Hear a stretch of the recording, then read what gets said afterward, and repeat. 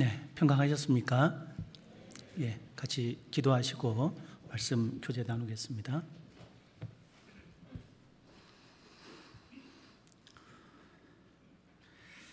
저희의 생명의 근원 되시며 예비된 하늘나라 그 영원한 영광의 소망 되시는 거룩하신 아버지 하나님 감사합니다. 주님의 기뻐하시는 뜻과 그 영원하신 사랑 안에서 우리를 창조하시고 또 불러 구원하시며 태초부터 예정하신 그 영원한 천국과 영생의 삶과 고귀한 하나님의 사랑의 동반자라는 귀한 위치를 우리에게 허락해 주신 은혜 진심으로 감사합니다. 우리가 십자가에서 나타내신 그 주님의 놀라운 희생과 그 대속의 큰 은혜를 우리가 깨달은 이후 이제 부족하지만 죄와 상관없이 주께 나아갈 수 있는 마음의 담대함을 얻게 되었습니다. 또한 우리에게 부어주시는 그 성령님의 능력과 인도하심 안에서 보이지 않는 하나님을 더욱더 알아가고 더욱 믿으며 또 생활 가운데 동행하게 됨을 진심으로 감사합니다. 우리가 진리의 말씀 안에서 우리를 위해서 예비되어 있는 그 영원한 천국을 더욱 알아가고 또 이 세상 이면에 하나님의 역사와 그 복음의 역사가 우리 가운데 펼쳐지고 있음을 깨닫게 하시고 저희를 참여할 수 있는 귀한 지혜와 또 은혜를 더해 주시는 것도 감사합니다. 주의 뜻 안에서 주께서 이 세상에서 이루어 가시는 그 귀한 복음의 역사를 우리가 온전히 받들고 참으로 이 시대의 복음의 주역들로서 또 하나님의 뜻을 하나님의 비밀을 맡은 자로서 그 일에 온전히 매진할 수 있도록 인도해 주옵소서.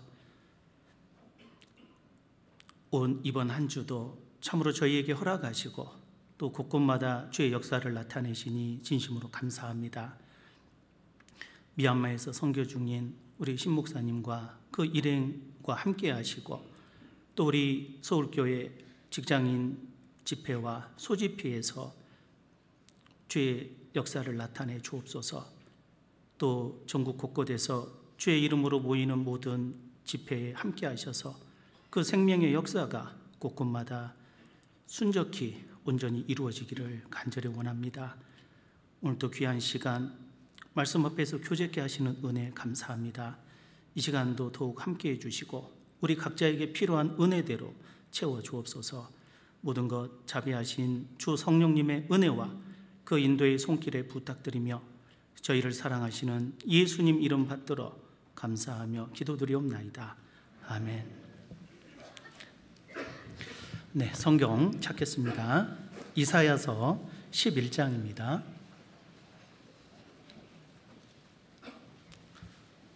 구약성경 980페이지입니다. 이사야서 11장 1절부터 5절까지입니다. 이사야 11장 1절로 5절까지 제가 읽겠습니다. 이새의 줄기에서 한 싹이 나며 그 뿌리에서 한 가지가 나서 결실할 것이요 여호와의 신 곧 지혜와 총명의 신이요 모략과 재능의 신이요 지식과 여호와를 경외하는 신이 그 위에 강림하시리니 그가 여호와를 경외함으로 즐거움을 삼을 것이며 그 눈에 보이는 대로 심판치 아니하며 귀에 들리는 대로 판단치 아니하며 공의로 빈핍한 자를 심판하며 정직으로 세상에 겸손한 자를 판단할 것이며 그 입의 막대기로 세상을 치며 입술의 기운으로 악인을 죽일 것이며 공의로 그 허리띠를 삼으며 성실로 몸의 띠를 삼으리라. 네, 11장 2절 말씀은 같이 읽도록 하겠습니다. 여호와의 신 곧 지혜와 총명의 신이요 모략과 재능의 신이요 지식과 여호와를 경외하는 신이 그 위에 강림하시리니. 네, 오랜만에 또 단상에서 이렇게 뵙게 됩니다. 오늘도 갑자기 그 여름이 이렇게 지나가고 가을이 우리 가운데 이렇게 성큼 다가온 것을 느끼게 됩니다. 그 뜨거웠던 학예 수양회를 통해서 또 올해 정말 많은 하나님의 역사 또 그리고 개인적인 그 기도의 응답이 있었으리라 믿습니다. 개인적으로 학예 수양회가 끝나고 이제 그 축예 수양회가 다가오면은요, 갑자기 그 한 해의 그 일정이 저문다는 느낌이 이렇게 크게 다가오는 것 같습니다. 우리가 한 해에 처음 연초에 계획했던 일들 아직 이루지 못한 분도 계실 텐데요.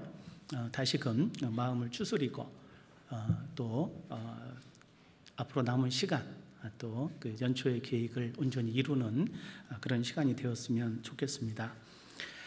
오늘 이사야서 11장 2절 말씀을 중심으로 이 성령님과 동행하는 그리스도인, 좀 더 구체적으로 말씀드리자면 성령님의 7가지 특징과 그 성령님과 어떻게 동행하는지에 대해서 좀 이렇게 교제해 보는 시간이 되었으면 좋겠습니다. 이사야서는 아시는 바와 같이 구약 성경에서 성경 전체를 이렇게 포괄하는 그런 특별한 성경입니다. 기본적으로 역사의 그 앞으로 될 일을 예언적으로 보여주는 내용도 있지만은 성경의 가장 중요한 주제이죠. 바로 예수 그리스도, 그 메시아에 관한 내용을 이사야 곳곳마다 이렇게 좀 나타내고 또 옛날에는 알지 못했던 그 성령님이라는 그 성령의 비밀까지도 이렇게 설명해주고 있는 성경이 바로 이사야서입니다. 사실 우리가 삼위일체란 말을 들어보셨나 모르겠어요. 아마 거의 들어봤을 텐데요.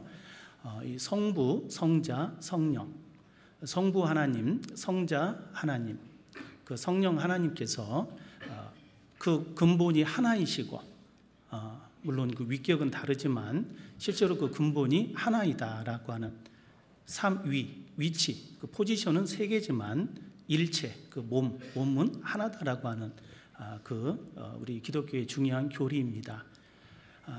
그러나 이 구약 성경에 보면은 이 삼위일체의 개념이 이렇게 그 당시 사람들은 알 수가 없었을 거예요. 그래서 실제로 예수님에 대해서도 많은 유대인들은 지금도 오해를 하고 있죠. 초림과 재림으로 나누어져 있는 내용도 잘 알지 못하고, 그래서 실제로 2000년 전 예수님이 실제 오셨는데도 불구하고 예수님을 못 알아보고 배척했던 일이 있었습니다. 그리고 현대를 살아가는 우리들도 이 성경의 중요한 주제 속에서 꼭 알아야 되는 그 중요한 하나님의 신성, 바로 성령 하나님에 대한 내용이 우리에게 남겨져 있는 겁니다.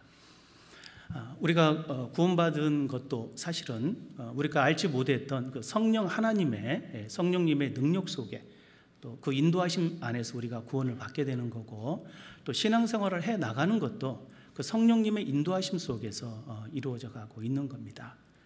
또 우리가 신앙생활 그 전반을 통해서도 하나님의 능력을 어떻게 우리가 소유하고 경험하느냐, 그건 바로 성령님의 능력을 우리가 소유하고 또 경험함으로 말미암아 그 모든 것을 얻을 수 있는 것입니다. 과거 이스라엘 백성들이 그 예수님이 오셨는데도 그 예수님을 못 알아봤잖아요. 그 존재를 모르고 또 그분과 동행을 하질 못했어요. 그래서 그 예수님의 그 놀라운 그 하나님의 그 뜻과 비밀들, 그리고 예수님 안에서 약속된 그 엄청난 그런 기적의 역사를 그들은 소유하지 못했던 것입니다. 지금 시대는 이제 성령님이 함께하는 성령의 시대입니다. 그 성령님이 함께하는 지금 시대에 그 성령님의 존재에 대해서 잘 모르고 또 그분과 동행하지 않고 또 그분으로부터 그 놀라운 하나님의 그 계획들, 약속들, 그리고 그 능력을 소유하지 못한다면은 그건 정말 안타까운 삶이 될 수밖에 없습니다. 그래서 우리가 신앙생활 안에서 알아가야 될 내용이 굉장히 많지만은 그 중에 모든 그리스도인이 꼭 기억하고 또 알고 자신의 생활 속에서 적용해야 되는 중요한 주제가 바로 성령 하나님을 바르게 알고 그 성령 하나님의 능력을 우리가 삶 속에서 경험하고 또 도움을 받는 그 요령을 알아야 된다고 할 수 있습니다. 물고기가 물속에서 헤엄치는 그 법을 알지 못한다면 그 물고기의 삶은 너무나 안타까운 삶이 될 수밖에 없어요. 우리 그리스도인의 삶이 성령 안에서의 삶이라는 걸 생각해 본다면 그 성령님을 바로 알고 또 그 안에서 성령님과 동행하며 성령 충만한 삶을 우리가 살아가지 못한다면 그의 삶은 너무나 안타까울 수밖에 없는 겁니다.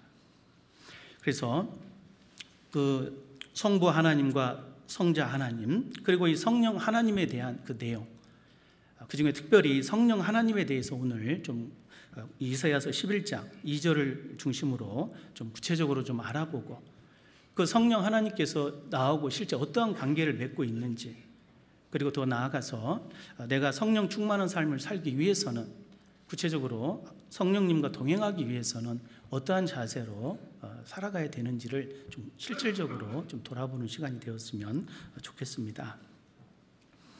처음 성경을 이렇게 접하다 보면은요, 누구나 이 성경 속에서 이렇게 그 중요한 주제이죠. 그 하나님의 신성을 알아가는 데 있어서 꼭 이렇게 맞닥뜨리는 그 이 주제가 있어요. 서두에도 말씀을 드렸지만 이 성부 하나님과 성자 하나님 그리고 성령님이 한 분이다라고 하는 그 사실을 많은 분들이 이해를 못하는 것 같습니다. 요즘도 이렇게 가끔 상담을 하다 보면은 예수님, 그 성자 하나님, 예수님께서 하나님이다라고 얘기하면 깜짝 놀라는 사람이 있어요. 주로 이제 여호와의 증인들이 그러죠. 그런 사람들 상담하다 보면 그들은 이 삼위일체를 부정합니다. 그리고 더 나아가서 이제 성령 하나님에 대해서 이제 상담을 하고 이렇게 이제 교제를 하다 보면은 성령님에 대한 생각을 이상하게 갖고 있는 사람들이 있어요. 그래서 이제 성령 하나님을 어떤 특정한 어떤 개인, 뭐 이 아무개, 뭐 안 아무개, 뭐 이런 식으로 이렇게 좀 뭐 현 시대의 어떤 인물을 어떤 성령님이 함께하는 어떤 특정한 어떤 그 대상으로 이렇게 생각하는 그런 오류를 많이 발견하게 됩니다. 그러나 성경에서 말하고 있는 이 삼위일체에 관한 내용은 분명합니다. 이 삼위일체의 내용은 바로 구약의 그 하나님, 누구나 부인할 수 없는 성경의 하나님, 그 성부 하나님, 그 이름이 곧 여호와 하나님이시죠. 스스로 존재하시며 존재하는 모든 것을 존재케 하신다는 뜻이 바로 여호와 하나님, 여호와의 이름의 뜻입니다. 그래서 성부 하나님께서는 바로 모든 것을 존재케 하시는 분, 그래서 성부의 하나님이라고 하죠. 그래서 오직 주는 여호와시라, 하늘과 하늘들의 하늘과 이 모든 것을 존재케 하신 그 성부 하나님, 그분과 또 성자 하나님, 바로 예수 그리스도시죠. 그 예수 그리스도께서 성자 하나님이시다고 하는 분명한 사실, 그리고 지금 시대에 성령님께서 또 성령의 하나님이라는 사실을 우리가 이해하고 그분이 한 분이라고 하는 그 근본이 하나라고 하는 것을 우리가 이해하는 겁니다. 그리고 중요한 포인트는 그 속에서 성자 예수 그리스도, 성자 하나님께서 진짜 하나님이라는 사실이 중요한 포인트이고, 또 오늘 말씀 속에서는 성령님께서 이 시대에 우리가 바르게 알고 또 바르게 동행하고 또 바르게 섬겨야 되는 그 성령 하나님이라는 사실을 좀 이해를 해야 되겠어요. 어떤 분은 삼위일체에 대해서 이제 질문을 많이 하시는데요. 사실 이 시간축을 살아가는 이 시대에 우리가 4차원 이상의 그 시작과 끝을 한 번에 아우를 수 있는 그 하나님의 그 신성을 온전히 이해하는 것은 쉽지 않습니다. 그러나 아예 이해 못하는 것도 아니에요. 우리가 말씀에 있는 내용만을 분명하게 기준으로 이렇게 유추해 보면은 누구든지 이 삼위일체가 동일한 한 분 하나님을 설명한다는 것을 믿을 수 있죠. 예를 들어서 이 3차원에서 하는 우리들은 이 공간의 개념, 이것을 알고 있기 때문에 여기 있는 컵을 이렇게 보면은 이것을 한 번에 공간의 개념을 넣어서 그려낼 수가 있어요. 그러나 2차원이라고 하는 평면에 있는 그런 사람들은 이 컵을 그리라고 하면은 제각각 자기가 이해하는, 자기가 보는 방향으로밖에 그릴 수가 없잖아요.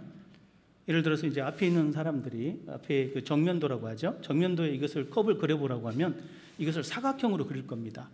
그리고 왠지 동그란 뭐가 이렇게 붙어 있는 이렇게 그릴 거예요. 그래 놓고 이제 컵을 잘 그렸다고 믿겠죠. 저는 그 그림을 보고 컵을 잘 그렸습니다. 그 컵을 잘 그렸네요. 이렇게 칭찬을 할 수 있습니다. 그런데 이제 이 옆에 측면도에서 이걸 바라보면은 이게 사각형으로밖에 안 보여요. 옆에서 보면은 이게 안 보이는 겁니다. 이 손잡이가. 그러면 컵을 그리라고 했을 때 그냥 사각형만 딸랑 그릴 거예요.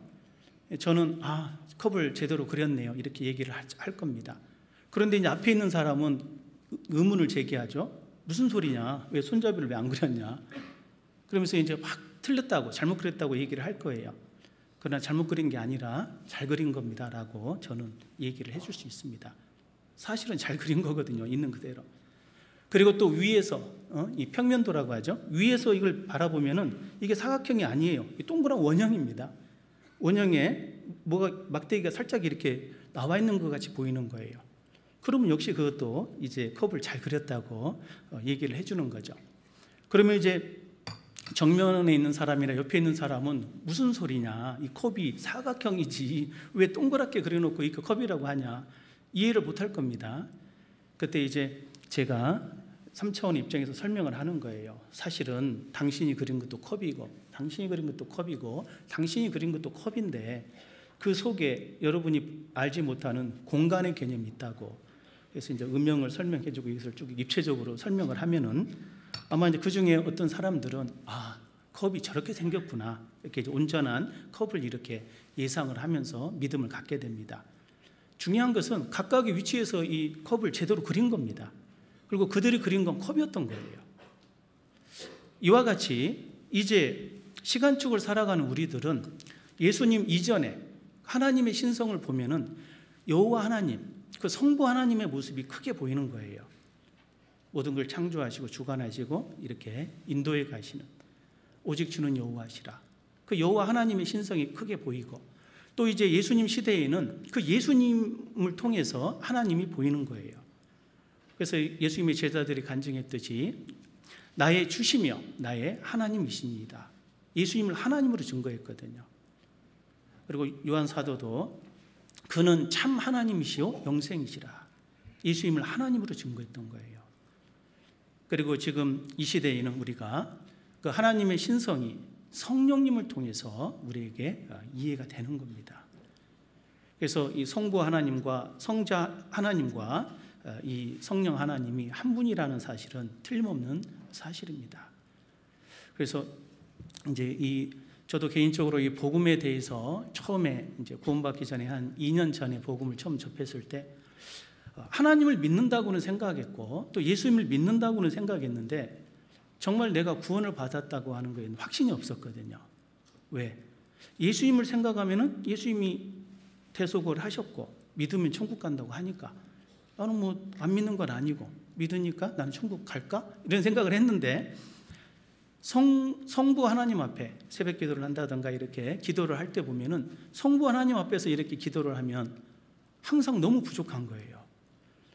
어찌 성부 하나님 앞에서 내가 죄가 없다는 말을 하겠어요? 그때가 되면 이제 예수님에 대한 생각은 어디로 다 없어져 버리고 하나님 앞에 그 거룩하신 분 앞에 너무나 비참한 죄인인 내 자신을 발견하고 그 죄 때문에 또 하나님 앞에 이렇게 통회했던 그런 적이 있었습니다. 나중에 성경을 배우다가 예수님께서 누군지를 비로소 알게 됐어요. 예수님께서 막연히 하나님의 아들이 아니라 그는 근본 하나님의 본체였다라는 것을 알게 되면서 그게 믿어졌습니다. 그래서 그렇게 내 앞에 무섭게 느껴졌던 그 성부 하나님께서 실제로 성자 하나님이라는 게 믿어지고 그 예수님의 이름의 뜻, 죄에서 구원한다는 구원의 의미, 그리고 예수님의 또 다른 이름 임마누엘, 우리와 함께 하시는 하나님, 예수님이 임마누엘 하나님이셨던 거예요. 그래서 예수님이 하나님이라는 것을 알고 나니까 나를 심판하실 그 하나님께서 정말 나를 구원하신 거구나, 그게 비로소 믿어졌던 거죠. 그 사실이 이렇게 깨달아지면서 믿어지면서 정말 하나님이 나를 구원하셨다는 것이 그때부터는 이렇게 흔들리지가 않습니다. 그때의 그 감정이 너무나 사실 좀 놀라운 충격이었는데 아마 우리 형제 자매님들도 비슷한 그런 경험이 있으실 겁니다. 중요한 포인트는 그 예수님께서 하나님이라는 사실, 나의 주시요 나의 하나님이라는 사실이 믿어지는 것이 바로 복음을 온전히 이해하는 사람의 그 이 공통점이라고 할 수가 있는 것입니다. 그런데 이제 나중에 알고 보니까 그 예수님이 하나님이라는 사실을 깨닫게 하고 내 속에서 하나님의 그 뜻과 그 하나님의 마음, 그 사랑이 믿어지도록 내 속에서 역사하신 그 보이지 않는 성령 하나님이 계셨다는 걸 알게 됐어요. 그래서 실제로 성부 하나님에 대한 존재와 또 2000년 전에 이 땅에 오셨던 그 성자 하나님에 대한 그 내용을 내 속에서 이해시키고 믿어지게 했던 그 보이지 않는 성령 하나님께서 바로 나를 구원해 주셨다는 것을 그때 알게 된 거죠. 그래서 이 성부, 성자, 성령, 그 하나님께서 실제로는 한 분이시고 특별히 우리는 그 성령님에 대한, 성령 하나님에 대한 내용을 우리 마음속에 분명히 인식을 해야 되는 것입니다. 우리가 이 삼위일체를 통해서 또 진리의 중요한 주제들도 우리가 하나씩 이렇게 일깨우게 되죠. 이 성부 하나님, 즉 여호와 하나님께서 참 하나님이라는 걸 우리가 알게 되면서 바로 우리 모든 인생들은 하나님 앞에 하나님의 형상으로 지음받은 영혼의 존재라는 걸 알게 되고 하나님께서 모든 것의 주관자라는 걸 알게 됩니다. 그래서 모든 가치의 기준이 하나님 앞에서 새롭게 재정립이 되는 거죠. 그리고 그 하나님 앞에서 내가 왜 지음을 받았는가? 하나님이 왜 이 세상 역사를 시작하셨고 왜 인간을 창조하셨는가? 그 중요한 이유도 알게 됩니다. 바로 이 세상 역사는 하나님께서 하나님의 사랑의 짝인 그 거듭난 무리들, 천국 백성들, 구체적으로 교회라고 하는 그 교회를 예정하시고 그 교회를 이루시기 위해서, 완성하시기 위해서 역사를 진행한 것입니다. 그 교회의 역사의 흐름 속에 우리는 이제 오늘이라는 시간에 그 교회의 일원으로 참여하고 있는 거죠. 개인적으로는 우리가 영생을 얻고 천국에 가는 것이 우리가 생각해야 될 주제라고 할 수 있지만 더 나아가서 하나님 입장에서 이렇게 하나님의 뜻 안에서 돌아보면 하나님이 정말 원하신 것은 교회의 완성입니다. 그래서 교회 안에서 우리가 참여될 때, 그 교회의 예정 속에 우리가 참여될 때 비로소 우리가 하나님의 뜻 안에 참여하는 거라고 할 수 있는 거죠. 그래서 이 교회의 역사가 얼마나 중요한지도 알게 되고 또 주께서 이 땅에서 그 말씀을 이루시고 필하시고 끝내시는 것이 바로 교회의 완성이라는 걸 알게 될 때 이 교회가 얼마나 소중하고 또 오늘을 사는 내가 이 교회와 반드시 연결이 돼야 된다라고 하는 그 중요한 당위성도 알게 되는 것입니다. 하나님의 비밀이 예수 그리스도로 이렇게 나타나고 그 예수님의 열정은 그 패션 오브 크라이스트, 그 예수님의 열정은 교회를 향해 나아가고 있습니다. 왜 예수님이 이 땅에 오셨고 왜 예수님이 이 땅에서 피를 흘리셨느냐? 바로 그 교회 때문에 오신 겁니다. 교회를 위하여 피를 흘리셨고 또 왜 지금도 이 세상 역사를 끝내지 않고 이 복음의 역사를 진행하고 있냐면 그 교회를 위해서 그런 거예요. 하나님의 모든 이 관심과 기쁨은 바로 땅에 있는 그 교회, 그 성도들에게 있는 것입니다. 그래서 그 하나님의 뜻 안에서 그 중요한 그 의미가 우리가 좀 이해하게 되고 하나님의 그 역사 속에 오늘을 내가 살아가고 있다는 걸 알게 되죠. 그리고 두 번째, 이 성자 하나님, 바로 예수 그리스도를 우리가 알아가면서 그 예수님이 나의 주님이시고 나의 하나님이라는 걸 깨닫게 되죠. 그래서 그 예수님 안에 있는 그 놀라운 그 하나님의 비밀, 바로 예수님을 통해서 우리에게 나타나신 사랑. 우리는 궁극적으로 예수님을 통해 구원을 받은 이후에 그 예수님을 사랑할 수 있는 존재가 되어야 됩니다. 누구든지 주를 사랑치 아니하거든 저주를 받을지어다. 우리는 주님의 하나님의 사랑, 구체적으로 예수 그리스도의 그 주님의 사랑 속에서 우리는 구원을 받고 그 주님의 사랑 안에서 성장하다가 궁극적으로는 예수님을, 주님을 사랑할 수 있는 단계까지 나아가야 되는 겁니다. 하나님 우리에게 남겨주신 그 십계명, 그 십계명을 요약하고 압축하면은 바로 주 너의 하나님을 사랑하라는 겁니다. 그래서 사랑이 율법의 완성이라고 로마서에 언급하고 있는 겁니다. 그래서 우리는 사랑의 존재로 지음을 받았고, 정말 주님의 사랑 안에서 정말 주님을 사랑하고 나아가서 주님의 뜻 안에서 모든 영혼들을 사랑할 수 있는 그런 존재로 나아가야 되겠습니다.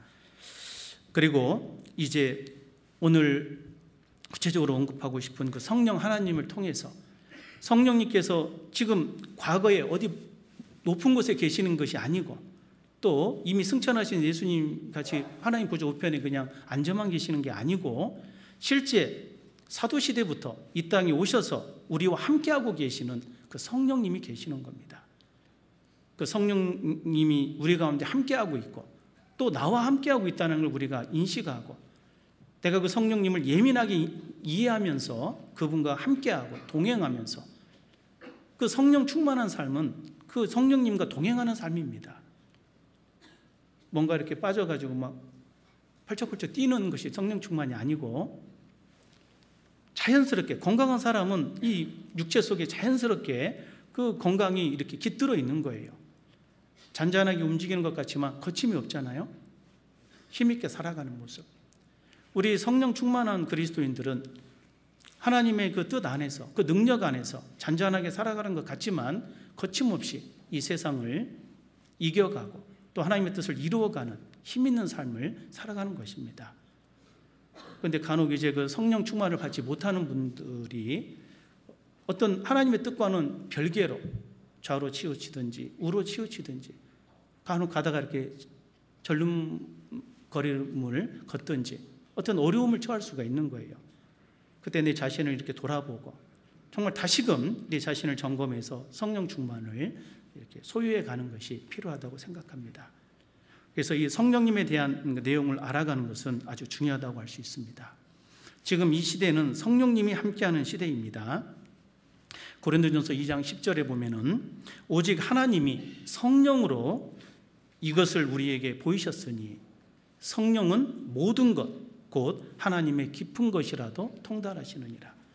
지금 시대가 바로 성령님이 함께하는 시대인 것입니다. 그래서 이 성령 하나님에 대해서 우리가 조금 좀 인식할 필요가 있는데요. 그 성령님에 대한 그 내용이 우리가 명확하게 성경적으로 이렇게 정리가 되어 있지 않으면은 이렇게 헷갈릴 수가 있습니다. 하도 세상에 거지 교훈들이 많고 또 성경을 왜곡해서 임의로 해석하는 그런 못된 사람들 때문에 성령님에 대한 개념이 흔들리는 것이 현 시대인 것 같습니다.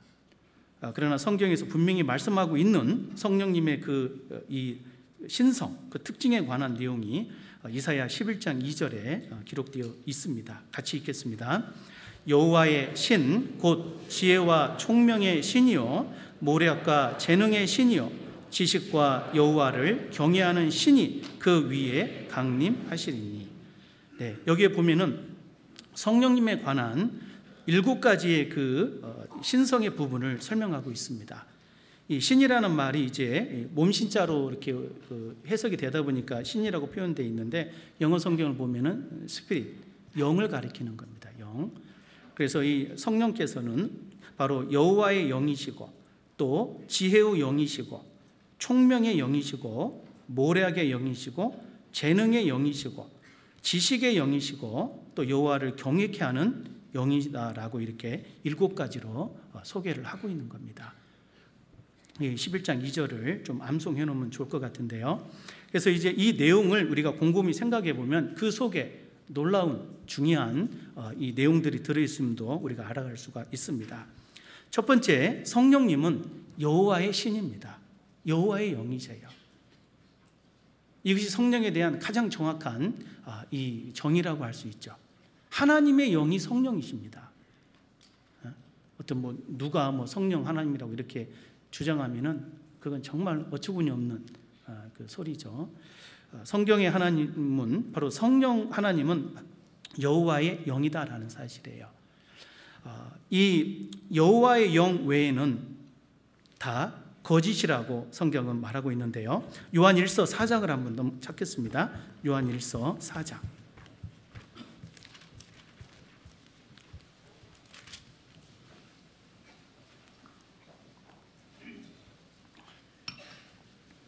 요한일서 4장 1절입니다. 4장 1절 같이 읽겠습니다. 사랑하는 자들아, 영을 다 믿지 말고 오직 영들이 하나님께 속하였나 시험하라. 많은 거짓 선지자가 세상에 나왔음이니라. 예, 영을 다 믿지 말고 오직 그 영들이 누구에게요? 하나님께 속하였나 시험을 해보라는 겁니다. 그래서 조사하면 다 나옵니다.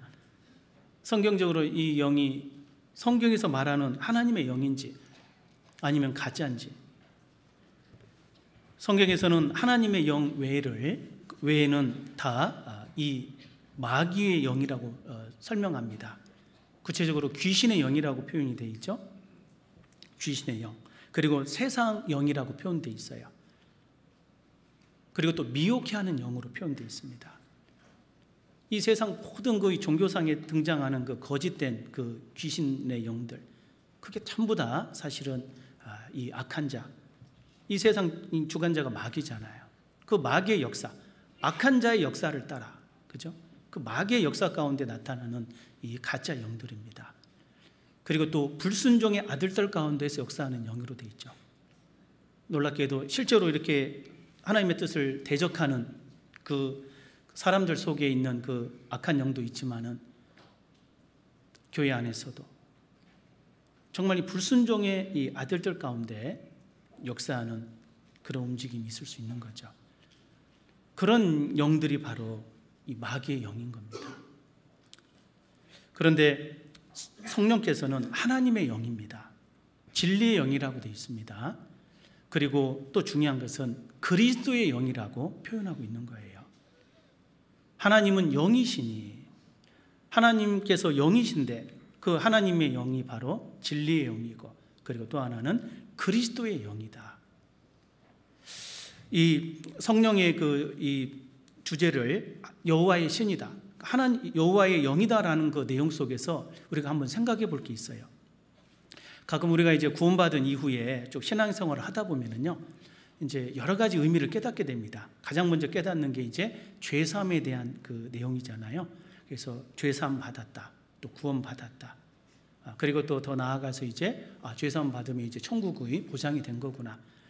천국을 죽음이 없는 세계, 그래서 영생하는 곳으로 얘기하고 영생을 얻게 되었다, 영생을 얻었다라고 얘기하고 여러 가지 의미가 있잖아요.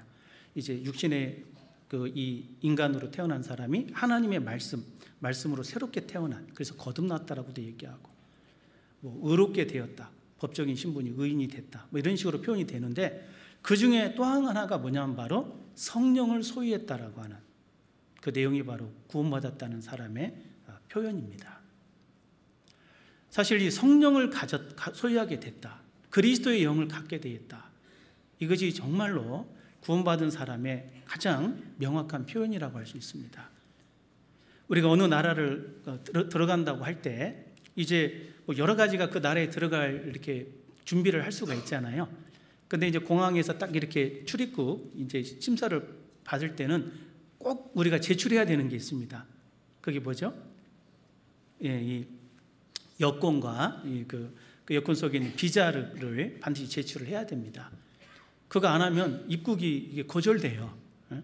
아무리 내가 어느 나라 들어가서 내가 이 나라 대통령과 잘 아는 사이입니다, 내가 이 나라에 사업을 하러 왔습니다, 전 돈 많아요 하면서 막 돈도 보여주고, 제가 이 나라 언어를 아주 잘한다고 하면서 막 언어도 소개하고, 아무리 해봤자 그 검사하는 사람이 쓸데없는 소리 말고 여권이나 주세요 그럽니다. 그 여권이 있어야 되고 거기에 이렇게 비자가 제대로 찍혀 있어야 통과가 되는 거예요. 우리가 천국에 갈 때 물론 여러 가지 어떤 모습으로 천국에 들어갈 수 있는 확신을 가질 수 있지만은 정말 성경적으로 중요한 그 기준 가운데 하나가 바로 성령이 우리 속에 있어야 된다는 거예요. 저도 개인적으로 91년도 그 죄사함에 대한 분명한 믿음을 소유했지만 성령께서 내 속에 계시는지에 대해서 한 6개월 정도 고민을 했던 그런 그 경험이 있습니다. 정말 내 속에 성령이 계실까? 왜냐하면 성경에서는 누구든지 그리스도의 영이 없으면 그리스도의 사람이 아니라고 되어 있거든요. 로마서 8장을 한번 보겠습니다.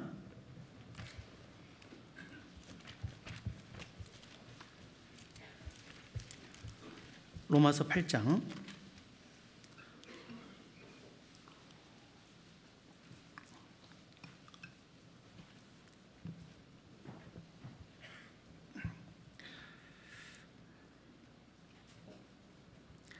로마서 8장 9절입니다. 같이 읽겠습니다. 만일 너희 속에 하나님의 영이 거하시면 너희가 육신에 있지 아니하고 영에 있나니 누구든지 그리스도의 영이 없으면 그리스도의 사람이 아니라. 예. 그리스도의 영이 없으면 그리스도의 사람이 아니다. 그리고 그 뒤에 읽어보면은 성령이 친히 우리 영으로 더불어 우리가 하나님의 자녀인 것을 증거하시나니. 우리가 하나님의 자녀라는 걸 증거하는 분은 성령님이세요. 내 믿음이 그걸 증거하는 게 아닙니다. 이 말씀이 조금 오해의 소지가 있을 수 있는데요, 내가 믿는다고 그 믿음이 내가 하나님의 자녀입니다 이걸 증거하는 게 아니라, 내가 하나님의 자녀인 것을 증거하는 것은 성령님이시라는 거예요. 물론 이제 나는 그 사실을 믿고 그 믿음으로써 그 하나님의 약속에 참여하는, 그건 당연히 믿음과 그 약속은 연결되어 있는 거지만, 내가 하나님의 자녀인 것을 증거한다라고 하는, 마치 출입국 사무소에서 도장을 탁 찍어주듯이 그 확실하게 찍어주는 그 근거는 바로 성령님이시라는 겁니다. 그래서 내 속에 정말 성령님이 계시는가, 이건 깊이 고민을 해야 돼요. 일반적으로는 다 고민을 하게 됩니다. 복음을 듣고 너무 기분 좋고 감사하고 구원받은 것 같은데, 근데 살아가다 보면 이상하게 우리는 구원받은 사람인데 이상하게 뭔가 부족한 삶을 살아갈 때가 많아요. 구원받았다 하더라도 아직 우리 속에는 죄성이 있고 변화되지 않는 그런 육체의 소욕 속에서 갈등이 많습니다. 내가 과연 하나님의 아들이 맞나? 이렇게 살면서도 천국 갈 수 있나? 그런 고민이 될 때가 있어요. 그때 한번 점검을 해봐야 됩니다. 물론 집회를 통해서 다시금 그 말씀의 의미를 깊이 생각하고, 또 개인적으로 복음서와 이 로마서 같은 그 구원을 확증시켜주는 그런 말씀을 다시 한번 깊이 묵상하는 게 필요하지만, 개인적으로 정말 하나님 앞에서 어두운 가운데 무릎을 꿇고 정말 아뢰어 봐야 됩니다. 하나님 정말 저를 알아주십니까? 간절히 우리가 하나님께 부르짖을 때 우리의 그 심령 속에서 정말 하나님께서 나를 알아주신다고 하는 그런 응답이 있을 겁니다. 성령께서 내 속에 계시다는 게 믿어진다니까요. 그리고 내 속에 성령이 계시면은 반드시 나타나는 특징이 하나 있어요. 그게 뭐냐면 바로 예수 그리스도를 주님으로 인정을 하게 됩니다. 고린도전서 12장을 찾겠습니다. 고린도전서 12장 3절입니다. 고린도전서 12장 3절 같이 읽겠습니다. 그러므로 내가 너희에게 알게 하노니 하나님의 영으로 말하는 자는 누구든지 예수를 저주할 자라 하지 않고, 또 성령으로 아니하고는 누구든지 예수를 주시라 할 수 없느니라. 성령으로 아니하고는 누구든지입니다. 누구든지 예수 그리스도를 주로 시인이 안 되는 거죠. 가끔 이제 그 주변에 복음을 들은 사람들 가운데 또 가까운 사람들, 또 친척들을 보게 되면은 구원을 받았다고 하는데 이렇게 뭔가 이상한 경우가 있잖아요. 그죠? 물론 이제 그냥 확실히 구분되는 분도 있겠지만, 어떤 경우에는 잘 안 되는 경우가 있어요. 구원을 받았는가? 저도 가까운 제 이렇게 가족 가운데 한 분이 그런 적이 있었어요. 제가 구원받고 바로 이제 이거 너무 쉽고 너무 엄청난 사실이라 복음을 바로 그 다음 연도에 이렇게 듣게 했습니다. 듣고 나니까 구원 받았다고 하더라고요. 그래서 뭐 예수님이 다 가져가셨다며 하면서 이제 이렇게 복음에 대해서 이렇게 이해하고 믿는 것 같이 또 얘기도 하고 그러더라고요. 그래서 구원 받았는가 했는데, 뭐 이제 가깝다 보니까 자주 보잖아요. 아무리 봐도 구원 받은 사람 같지가 않아요. 그래서 나하고 달라서 그런 건가? 내가 함부로 판단하면 안 되지 하면서 이제 지켜보고 있는데 계속 뭔가 변화가 없는 게 느껴지잖아요. 그러다 이제 나중에 가깝다 보니까 이제 얘기를 합니다. 이상하다. 그러면서 이제 이렇게 계속 말씀을 다시 듣게 하고 16년이 걸렸습니다. 그분에게 다시 말씀을 전하는 게. 결국 이제 그분이 말씀을 다시 듣고 나서 이제 여러 번 들은 가운데 이제 그런 경험, 이제 16년 만에 또 듣게 된 건데, 그때는 좀 이상하더라고요. 바뀌어 있더라고요. 옛날에는 이 복음이 쉬운 줄 알았는데 이번에 들어보니까 복음이 어려울 수도 있다라는 생각을 가진다는 거예요. 그래서 무슨 얘기인지 이해는 잘 안 됐지만 하여튼 그런갑다 하고 이제 지켜봤죠. 그랬더니 나중에 이제 그 집에 가봤더니 놀라운 얘기를 하더라고요. 예수님을 주님이라고 표현하더라고요. 그분이 남자분이었는데, 이 보통 남자들은 예수님에게 주님이라고 얘기하기가 쉽지가 않거든요. 또 종교 생활을 한 번도 안 해본 분이라. 그런데 예수님을 주님이라고 이렇게 부르는 걸 보면서 마음에 이번에 된 것 같다. 아닌 게 아니라 그 이후부터는 확실히 바뀌어 있는 걸 이렇게 보게 됩니다. 정말 성령께서 내 속에 계시다는 그 증거가 뭐냐? 뭘로 입증이 되는 것이냐? 바로 예수 그리스도께서 주님이라는 것을 그걸 믿게 되는 겁니다. 그게 믿어지는 거예요.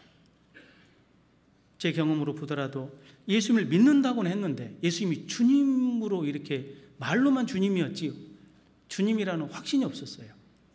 그래서 성부 하나님 앞에 나아갈 때는 항상 마음에 예수님 모드로 가 있고 그냥 부족한 내 자신만 드러내놓고 기도를 했었는데, 나중에 예수님께서 임마누엘, 나와 함께하기 위해서 이 땅에 오신 그 하나님이 우리와 함께 계시다, 임마누엘의 하나님이시고 바로 그분이 예수님이었다는 걸 알게 되면서, 예수님 구원자였다는 걸 알게 되면서 구원하신 하나님이 바로 나의 주님이시구나, 그때 비로소 믿어졌던 겁니다.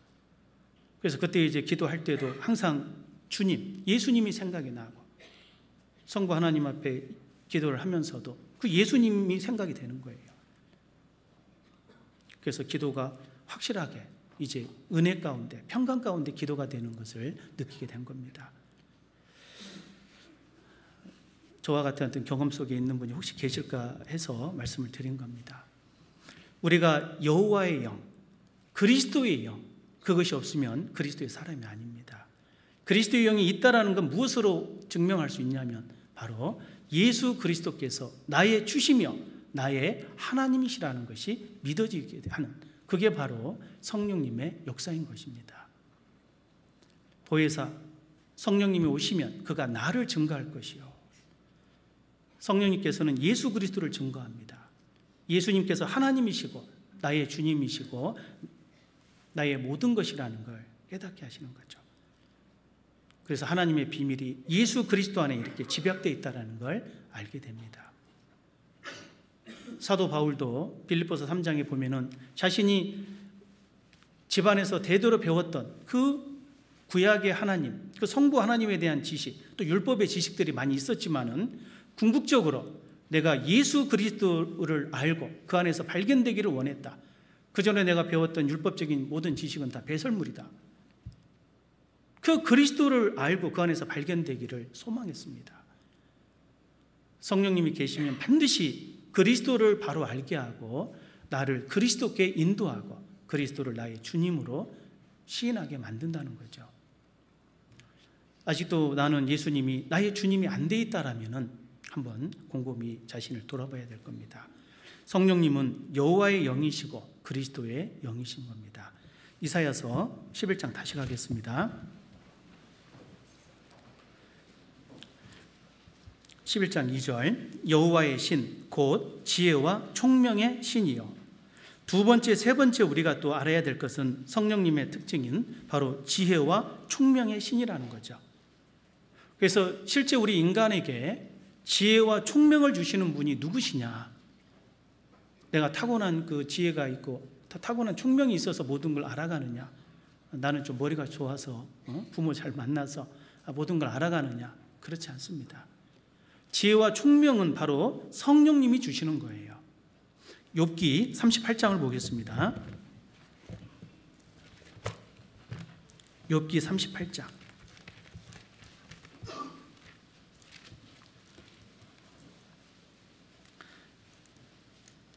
(36절입니다) 욥기 38장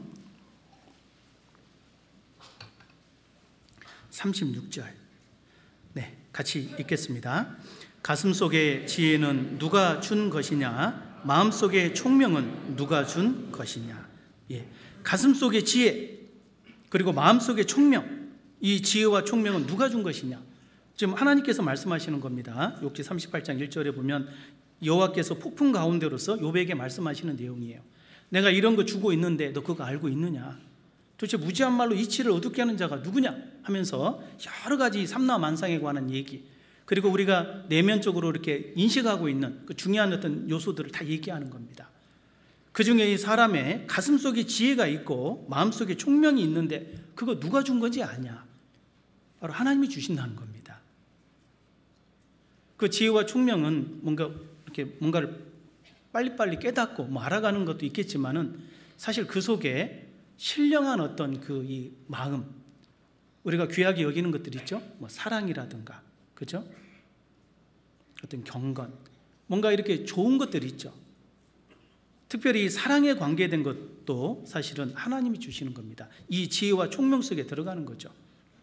욥기 39장 13절에 보면은 타조는 즐거이 그 날개를 친다마는 그 깃과 털이 인자를 베푸느냐? 그것이 알을 땅에 버려두어 모래에서 더워지게 하고 발에 깨어질 것이나 들짐승에게 밟힐 것을 생각지 아니하고 그 새끼에게 무정함이 제 새끼가 아닌 것처럼 하며 그 구로한 것이 헛되게 될지라도 괴념치 아니하나니.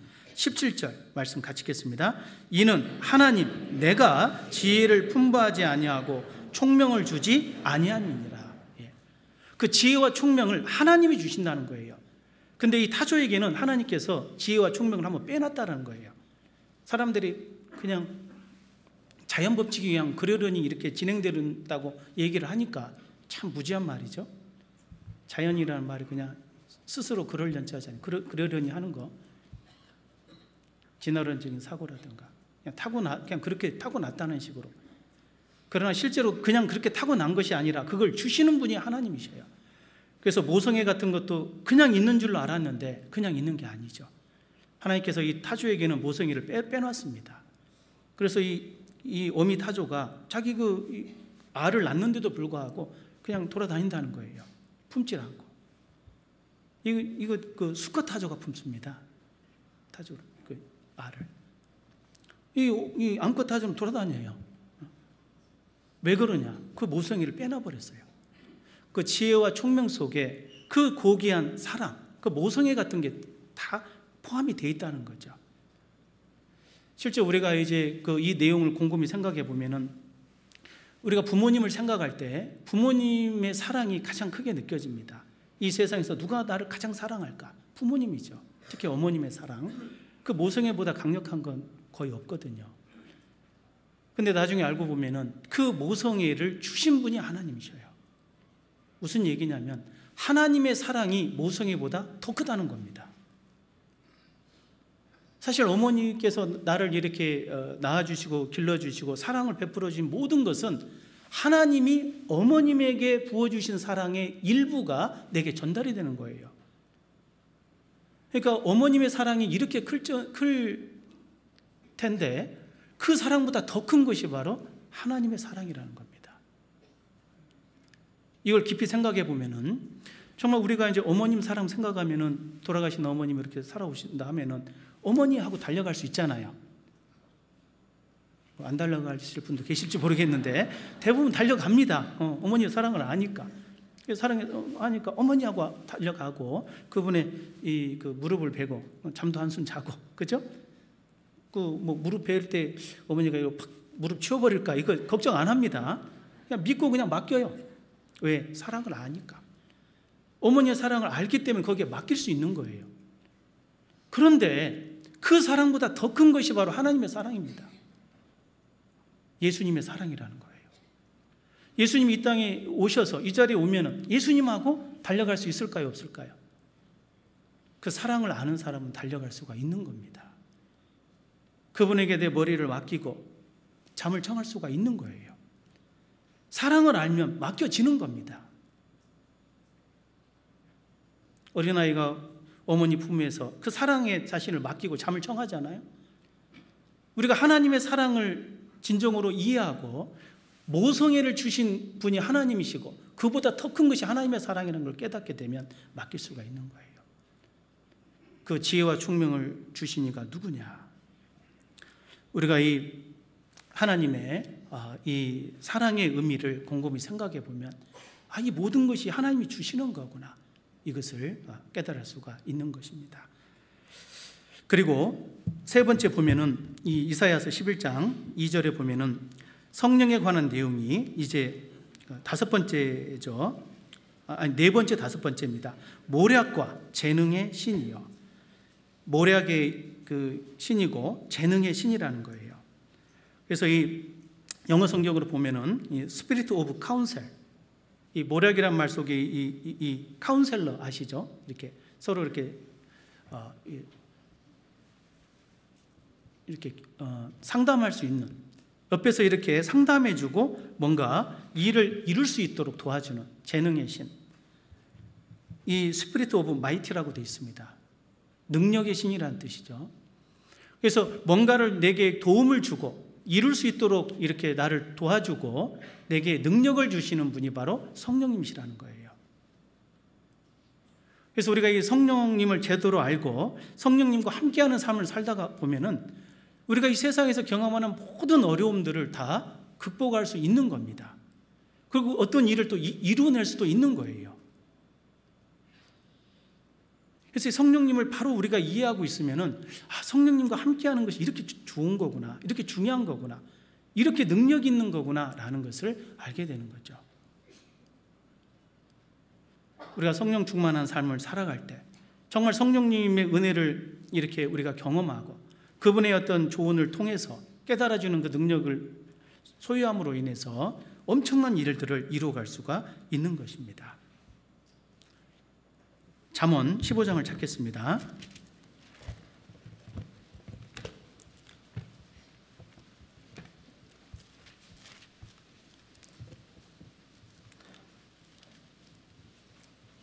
잠언 15장 22절 말씀입니다. 같이 읽겠습니다. 의논이 없으면 경영이 파하고 모사가 많으면 경영이 성립하느니라. 가끔 우리가 사회생활하고 또 여러 가지 이 삶을 살아가다 보면은 반드시 경영을 해야 되는 일들이 많이 있어요.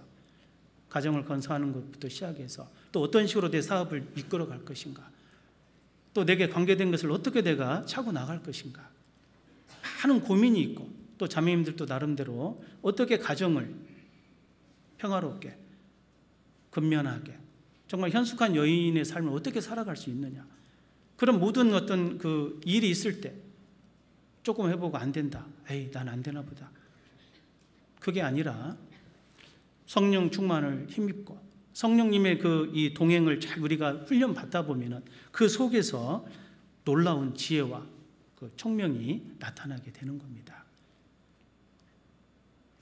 사람의 모략은 깊은 우물 같지만 명철한 사람은 그것을 길어낸다고 되어 있습니다. 잠언 20장 18절을 보겠습니다. 잠언 20장 18절 같이 읽겠습니다. 무릇 경영은 의논함으로 성취하나니 모략을 베풀고 전쟁할지니라.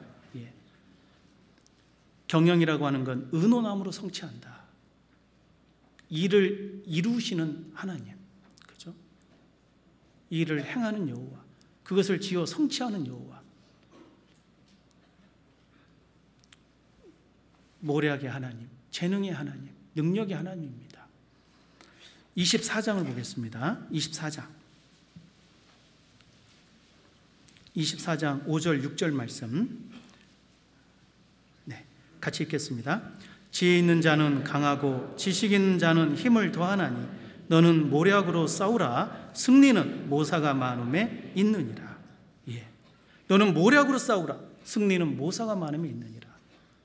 가끔 이렇게 교제를 하다 보면은요, 가끔 어떤 그 형제님이나 혹은 자매님 가운데 성령 충만한 분이 계셔요. 그분이 이렇게 구역 모임이나 회별 모임에서 이렇게 간증하는 걸 들어보면은 놀랍습니다. 나는 옛날에 저런 상황에서 이거 어떻게 해야 될까 막 몰라가지고 이렇게 막 힘들게 있었는데 그분의 간증 속에 아주 쉽게 그것을 이기고 가는 모습을 보거든요. 처음에 이렇게 직장 생활할 때 이 회식만 오면 나는 막 어떻게 그걸 통과하지 하면서 시간만 어떻게 좀 보내려고 막 꼬다난 보리자루 같이 보리차루입니까 립니까 하여튼 그런 식으로 이렇게 막 그 시간을 어렵게 보냈던 적이 있었는데 이분의 얘기를 가만히 들어보니까 아주 직장 생활을 아주 지혜롭게 잘하고 그 상황을 아주 그냥 쉽게 이렇게 넘어가는 모습을 보잖아요. 그런 분 가끔 계시죠? 어떤 분 간증을 듣다 보면 막 힘이 나고 저렇게 하면 되겠다. 전도도 이런 식으로 하면 되겠다. 그 교제 속에서 내가 알지 못했던 그런 어떤 모략과 그런 어떤 좋은 이런 팁 같은 것이 나타나게 돼 있어요. 그래서 이 에베소서 3장의 말씀과 같이 우리 가운데 역사하시는 능력대로 왜 이 교제가 중요하냐면요. 이 성령님과 함께하는 가운데 교제 생활을 쭉 하다 보면은 그 가운데 반드시 성령 충만한 사람을 통해 하나님의 그 모략이 나타나게 돼 있습니다. 그리고 그걸 가지고 그걸 이루어갈 수가 있는 거예요. 그래서 성령의 특징이 바로 이 모략의 신이다. 재능의 신이라는 것이 우리가 또 기억해야 될 주제이겠습니다. 이사야 11장 다시 넘어갑니다. 그리고 이제 여섯 번째, 일곱 번째 내용이 이 지식과 여호와를 경외하는 신이다. 그래서 이제 성령께서는 지식의 신입니다. 뭔가를 분명하게 알게 하고 그리고 그걸 통해서 진리를 더욱더 분명하게 드러내시죠. 예레미야 9장에 보면은 자랑하는 자는 이것으로 자랑할지니 곧 명철하여 나를 아는 것과 나 여호와는 인애와 공평과 정직을 땅에 행하는 자인 줄 깨닫는 것이라.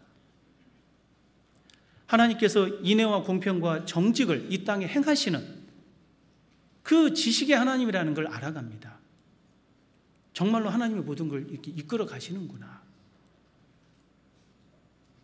이 성령의 이 은혜를 받지 못하면은요, 이 세상에서 아무리 공부를 해도 아무리 이렇게 똑똑한 것 같아도 이 죽을 때 엉뚱한 소리 하거든요. 최근에 이렇게 돌아가신 그 천문학자 있죠.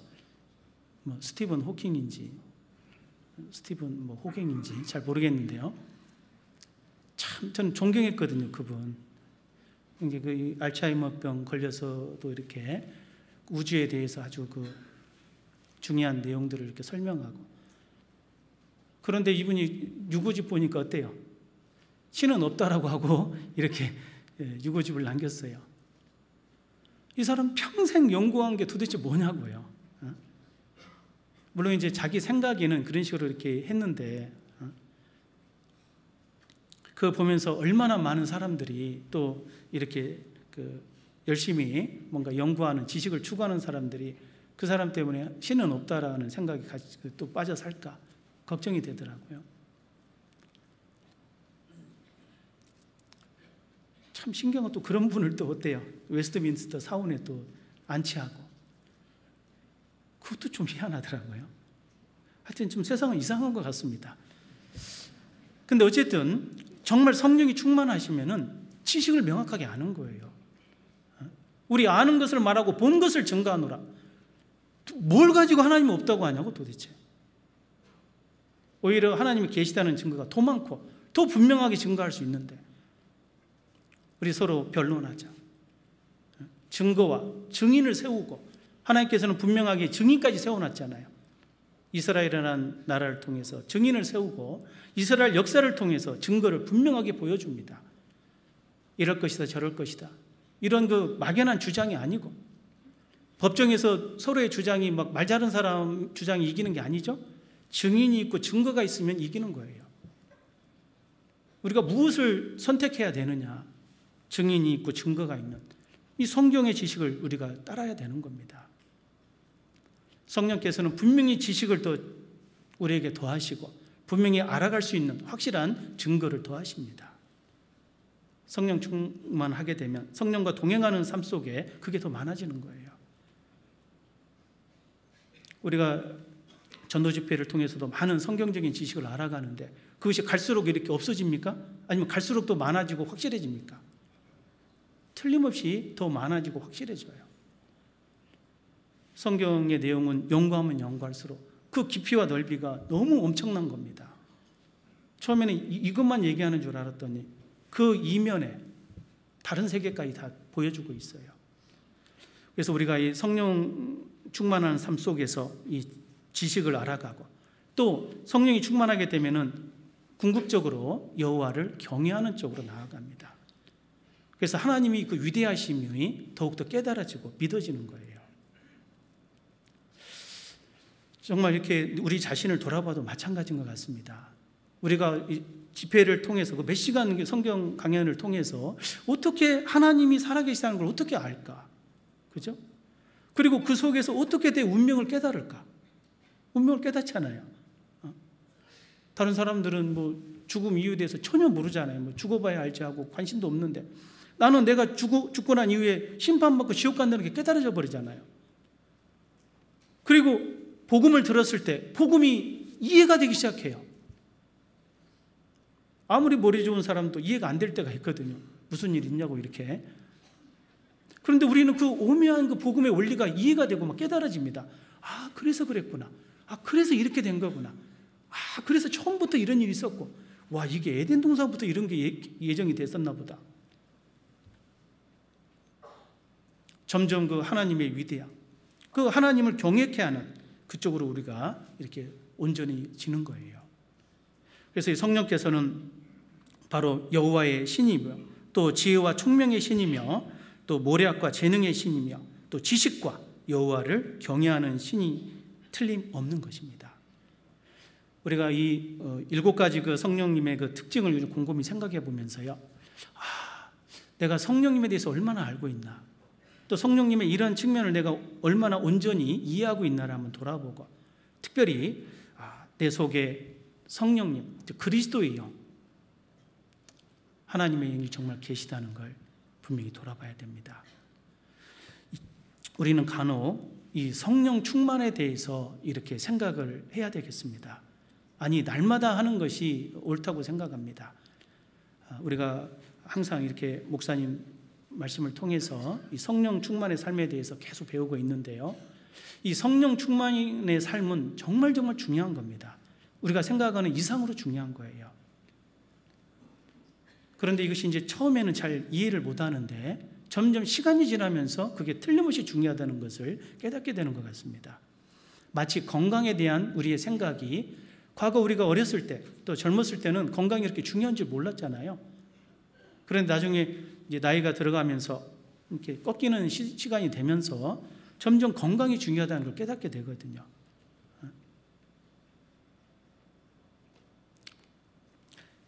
어린아이들 보고 있으면 어떻습니까? 옛날에는 그냥 막 시끄럽게 왔다 갔다 하는 게 그냥 귀찮게만 보였는데 어느 순간부터 아이들이 막 이렇게 뛰어노는 모습이 부러워 보이더라고요. 죄송합니다. 야, 에너지가 넘치는구나. 야, 쟤 정말 건강하구나. 우리가 신앙을 이렇게 돌아봐도 마찬가지예요. 우리가 과거에 막 구원받았을 때는 그 자체가 성령 충만이었거든요.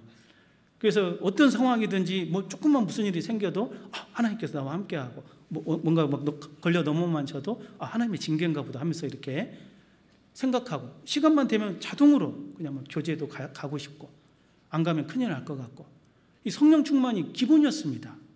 집에 가면 항상 가족들 전도하려고 하고 친구 만나면 친구들에게 전도하려고 하고 그런데 이상하게 신앙 연수가 이제 몇 년 지나고 막 10수년 지나가다 보니까 그런 생각이 별로 없어요. 그냥 뭐 이렇게 교제 있어도 뭐 있는갑다. 뭐 부모 뭐 이렇게 그 가족들 만나도 그냥 그렇고 친구들 만나도 뭐 쟤는 어쩔 수 없나 보다 하면서 그냥 넘어가고 왜 그렇게 변해갈까요? 이 성령 충만이 점점 소멸되는 겁니다. 놀라운 것은 이 성령 충만은 한 번 받으면 영원한 게 아니에요. 이것이 계속 이렇게 수그러지고 소멸돼 가고 있다는 걸 우리가 생각을 해봐야 되겠습니다. 이 데살로니가 전서죠. 5장을 보겠습니다.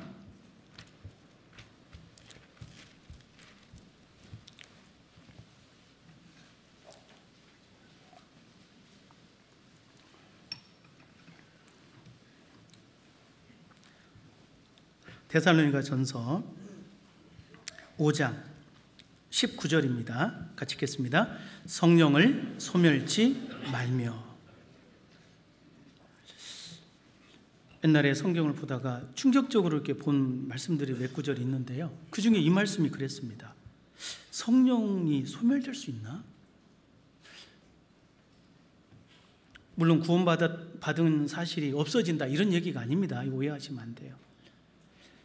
성령을 소멸치 말며라는 말씀 속에는 그 앞에서부터 이어지는 말씀이 있어요. 항상 기뻐하라, 쉬지 말고 기도하라, 범사에 감사하라. 이는 그리스도 예수 안에서 너희를 향하신 하나님의 뜻이니라. 이 말씀에 이어지는 말씀이 성령을 소멸치 말라라는 거예요. 이 데살로니가 교회 성도들에게 이렇게 원래는 칭찬받는 교회였잖아요. 그 교회였는데 점점 그 성령 충만한 삶이 뭔가 이렇게 잘못된 어떤 교리와 또 잘못된 삶 속에서 이것이 점점 성령 충만이 이렇게 약해지고 없어져 가는 것을 경계하는 말씀입니다. 우리가 이 성령 충만을 생각할 때 건강과 똑같다는 생각을 해봐요. 우리 그리스도인의 인사말이 평강이잖아요. 육신의 건강과 연결되는 영적인 건강이 바로 평강입니다. 그리고 그 평강과 직결되고 있는 것이 바로 성령 충만이라고 할 수 있어요. 우리가 육신적으로 건강을 잃으면 다 잃는다는 말이 있습니다. 돈을 잃으면 적게 잃은 것이요, 명예를 잃으면 많이 잃은 것인데 건강을 잃으면 다 잃는다는 말이 있죠. 이 건강을 잃으면 정말로 모든 게 다 의미가 없어지거든요. 죽음이 찾아올 수 있으니까. 그래서 무엇보다도 건강을 중요시하고 나이가 들어가면 들어갈수록 그 건강을 유지하기 위해서 많은 노력을 합니다. 연세 드신 분들 이렇게 만나서 하시는 말씀 들어보면 전부 다 건강에 관한 얘기예요. 뭘 먹어야 될까? 그리고 또 운동을 어떻게 해야 될까? 건강의 그 3요소 있잖아요. 잘 먹고, 잘 자고, 잘 배설하면 이렇게 되지 않습니까? 근데 그 잘자가 중요하잖아요. 잘 먹는 게 뭐냐? 뭐 이렇게 많이 먹는 게 잘 먹는 거냐? 아니죠. 적게 먹고 많이 이제 뭐 소식 다작이라고 합니까? 적게 먹고 많이 씹는, 그리고 물을 충분히 먹고 또 자기 체질에 맞는 거 좀 먹고 이런 게 잘 먹는 겁니다. 또 잘 자고 숙면이죠. 잘 자기 위해서 또 필요한 어떤 이 준비해야 될 것이 분명히 있어요. 그리고 잘 배설하기 위해서 장 운동에 관계된 운동을 꼭 하라고 하잖아요. 그래서 그 건강을 유지하게 된 그 3요소를 잘 이루기 위해서 구체적인 것이 필요한 겁니다. 그리고 그것은 이론이 아니에요. 정말로 실천해야 되는 겁니다. 실천을 할 때 건강이 유지가 되는 거예요. 건강이 다시 상승하고. 이와 비슷하게 성령 충만이 분명한 그 내용을 우리가 분명히 알고 그것이 실천으로 연결이 될 때 우리 성령 충만은 이어질 수 있다고 할 수 있습니다. 그래서 이 성령 충만한 삶은 뭐 복잡한 게 아니거든요. 우리가 초신자부터 배웠던 가장 중요한 내용이 있죠. 말씀, 기도, 교제, 전도. 이 네 가지의 삶을 하루의 삶 속에서 실천하는 겁니다. 실제로. 오늘 하루가 내일로 그대로 연결됩니다. 오늘 한 것을 내일 하기 쉬워요. 오늘 못한 것은 내일 못합니다. 성령 충만을 위해서 우리가 무슨 수도원에 들어가가지고 뭐 특별 교육을 받고 와야 되냐, 그런 거 아닙니다. 앞으로 모아놨다가 어느 시점이 되면 뭔가 성령 충만이 되겠지, 아닙니다. 우리가 건강을 유지하는 것은 하루하루의 삶 속에서 그걸 쭉 유지해 가듯이 성령 충만은 하루하루의 삶 속에서 그것을 이루어가는 거예요. 오늘 못하면 내일 못합니다. 그럼 갈수록 약화되는 거예요. 우리가 이 성령 충만에 대해서 분명하게 좀 인식해야 될 게 뭐냐면은 이 성령님의 이 분명한 이 존재와 실제 우리와 함께 한다는 내용을 우리가 알고 그것을 내 하루의 삶 속에서 그것을 함께하고 동행해 가야 된다는 겁니다. 그래서 이 성령 충만한 삶은 다른 말로 성령님과 동행하는 삶이라고 할 수 있어요. 우리가 어떤 일을 이제 이루어가는 데 있어서 중요한 원리가 있잖아요. 나는 왜 성령 충만이 안 될까 고민하는 경우가 있지 않습니까? 열심히 살려고 하고 바르게 살려고 하는데 실제 내 자신을 보면 그렇게 못 사는 경우가 있을 수 있거든요. 그때 분명히 내 자신을 돌아봐야 돼요. 어떤 사회에서도 그런 얘기가 있죠. 어떤 일을 진행하는 데 있어서 플랜, do, see 이런 게 있잖아요. 계획하고 실천하고 그걸 다시 이렇게 점검하는 이게 있다고 하듯이 우리가 성령 충만도 마찬가지라고 생각을 해요. 그래서 현재의 내 모습을 이렇게 돌아보는 거예요. 내가 하나님 앞에 현재 내 모습이 어떤가? 특별히 이게 기도할 때 정말 하나님 앞에서 내 자신을 깊이 성찰하는 시간. 보통 이제 기도하다 보면은 눈 뜨고 하시는 사람 별로 없죠. 눈 감고 하죠. 우리가 이제 육신을 조차 사는 삶과 성령을 조차 사는 삶을 이렇게 보면은 눈을 뜨고 사는 삶과 눈을 감고 어둠을 보고 묵상하는 삶으로 이렇게 비교해 볼 수가 있습니다. 사실 우리가 이 성령을 조차 살다 보면은요, 이 세상을 빛의 세계로 안 보입니다. 이 세상은 어둠입니다.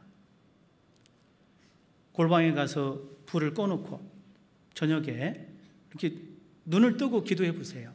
눈을 뜨면 어둠이 보이거든요. 사실 이게 팩트입니다. 이게 사실입니다. 그런데 많은 사람들은 낮인, 아침인, 빛이 있는 것이 그게 팩트인 줄 알아요. 그래서 눈에 보이는 대로 와 화려하구나, 오늘 또 좋은 일이 하면서 이렇게 막 세상적인 거 이렇게 오오오 하면서 막 쫓아가잖아요. 그러나 우리가 믿음 안에서 내 자신을 볼 때는 이 세상은 현재 악한 자 안에 처해 있는 겁니다. 이 공중권세를 잡은 마귀가 있고 이 세상은 어둠입니다. 어둠이기 때문에 우리가 빛인 거예요. 이 세상은 썩어져 가고 있기 때문에 우리가 소금인 거고 이 세상이 어떠한 상황인지를 근본적으로 파악을 해야 돼요. 그래서 곰곰이 이렇게 기도할 때 이 조사해 보면은 현재가 어둠이구나. 그 속에 곰곰이 내 자신을 이렇게 돌아보면은 그 어둠 속에서 무릎 꿇고 있는 내 자신이 보이고 내가 어떻게 할 줄도 모르고 이렇게 두려워하고 있는 내 자신이 보일 수 있습니다. 그 상황에서 절대적으로 필요한 건 뭐냐?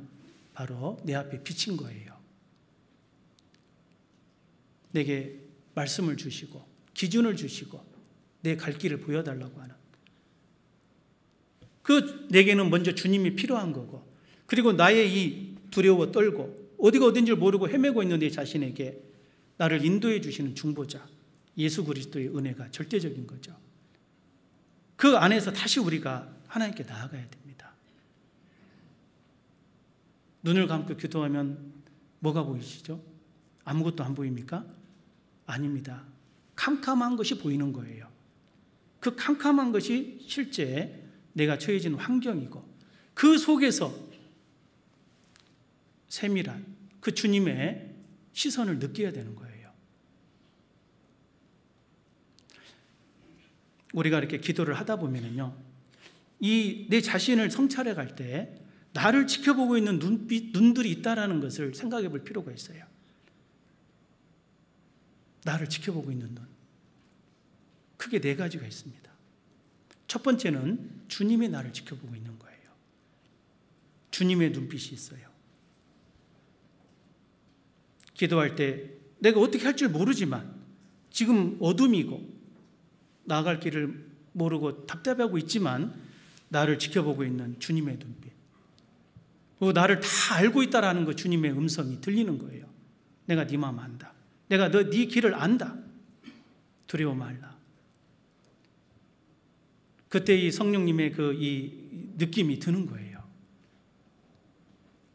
그리고 내가 비록 어떤 억울한 일이라든가 어떤 고난 속에 있을 때도 하나님이 모든 걸 안다라는 그 내용이 들어오면은 그런 게 문제가 안 되는 거예요. 옆에서 카운셀을 해주는, 옆에서 이렇게 상담해주는 그 음성이 들리고 놀라운 마음의 위로를 얻을 수가 있습니다. 실제로 주님의 눈이 나를 보고 있어요. 그리고 두 번째 생각해 볼 것이, 나를 또 뒤에서 보고 있는 이 못된 눈이 있어요. 뭘까요?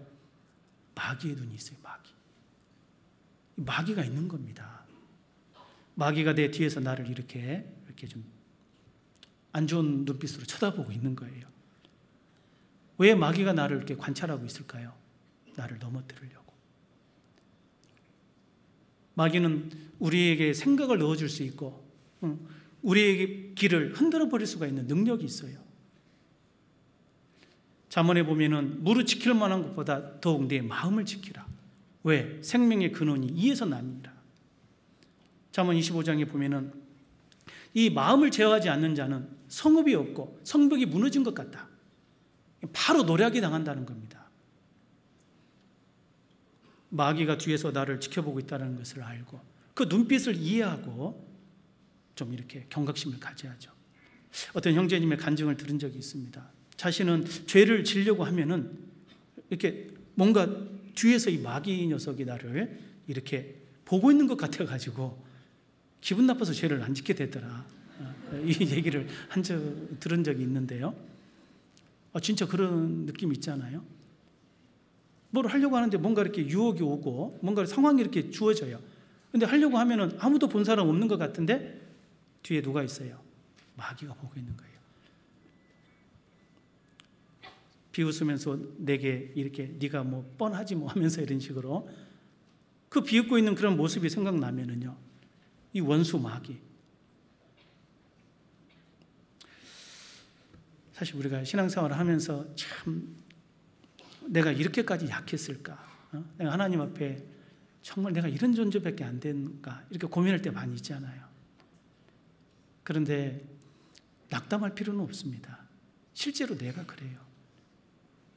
우리는 정말 연약하고 부족합니다. 능력이 없어요.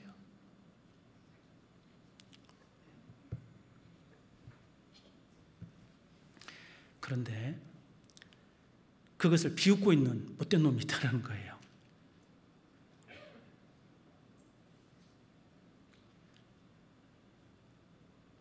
그 마귀 앞에서 정말 의로운 분노를 가져야 됩니다. 내가 이 정도밖에 안 되나?